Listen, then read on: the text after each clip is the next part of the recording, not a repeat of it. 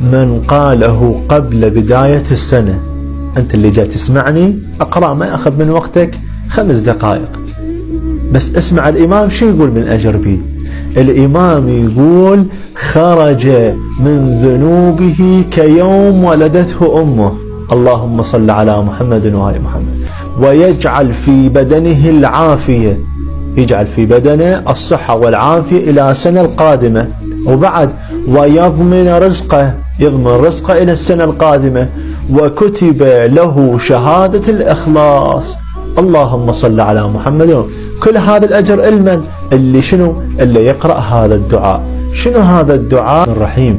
لبيك يا ربنا، لبيك وسعديك، اللهم صل على محمد وآل محمد وعلى أهل بيت محمد وعلى ذرية محمد، اللهم صب علينا الرزق صبا صبا، اللهم اجعل النور في بصري، البصيرة في ديني، واليقين في قلبي، إنك على كل شيء قدير. وبعدها بعد ما تخلص من الدعاء تصلي على محمد وآل محمد 100 مرة، واضح؟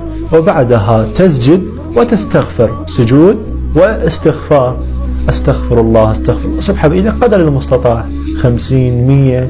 الإمام الصادق يقول: من قال هذا الدعاء وهذه الأعمال وجبت له كل هذه الأمور. اللهم صل على